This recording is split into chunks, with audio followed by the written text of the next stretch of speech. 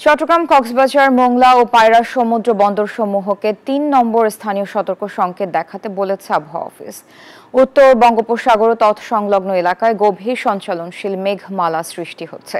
এর প্রভাবে বৃহস্পতিবার দিনভর বিভিন্ন স্থানে থেমে থেমে মাঝারি বৃষ্টিপাত হয়েছে। শুক্রবার সকাল থেকে উপকূলের অনেক স্থানের আকাশ মেঘাচ্ছন্ন রয়েছে। নদ নদীর পানির উচ্চতা কিছুটা বৃদ্ধি পেয়েছে। উপকূলীয় এলাকা এবং বন্দরসমূহের উপর দিয়ে ঝোড়ো হাওয়া বয়ে যাওয়ার শঙ্কা করছে আবহাওয়া অফিস। মাছ ধরা ট্রলার সমূহকে উপকূলের কাছাকাছি থেকে সাবধানে চলাচল করতে বলা হয়েছে।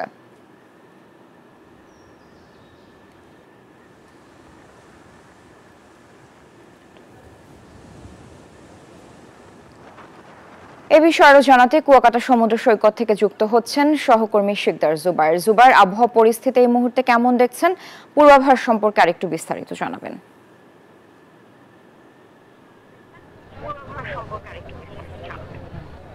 ধন্যবাদ আপনাকে। সকাল থেকে কুয়াকাটা সমুদ্র সৈকত এলাকায় গুমোটো আবহাওয়া বিরাজ করছে। এই মুহূর্তে আকাশ মেঘাচ্ছন্ন রয়েছে, তবে এখনো পর্যন্ত তেমন কোনো প্রভাব কুয়াকাটা সমুদ্র সৈকত এলাকায় পড়েনি। পর্যটকরা কুয়াকাটা সমুদ্র সৈকতে গোসলে নেমে পড়েছে। ৩ নম্বর সতর্ক সংকেত, স্থানীয় সতর্ক সংকেত জারি করেছে আবহাওয়া অফিস।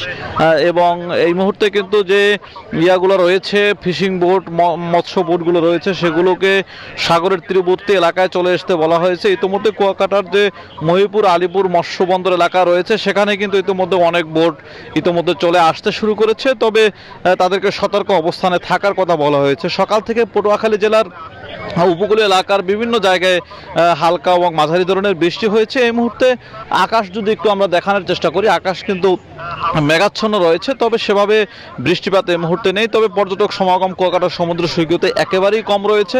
আজ যেহেতু শুক্রবার, বিগত শুক্রবারের ছুটির দিনগুলোতে যেভাবে পর্যটক সমাগম কুয়াকাটাতে হয়, তার চেয়ে কিন্তু আজকে কিন্তু একেবারেই পর্যটক সমাগম অনেকটাই কম রয়েছে। আমরা যেটা দেখতে পাচ্ছি যে এখানে পর্যটক সমাগম বিগত দিনগুলোর তুলনায় কম রয়েছে। আমরা হোটেল মোটেল কর্তৃপক্ষের সাথে কথা বলেছি, তারা বলছেন যে আবহাওয়া পরিস্থিতি একটু গুমোটো হওয়ার কারণে এবং ৩ নম্বর সতর্ক সংকেত দেওয়ার কারণে আজ শুক্রবার ছুটির দিন হলো পর্যটক সমাগম অনেকটাই কম রয়েছে।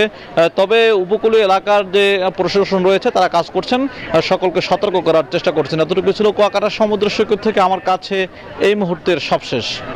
জুবায়ের, ধন্যবাদ যুক্ত হওয়ার জন্য।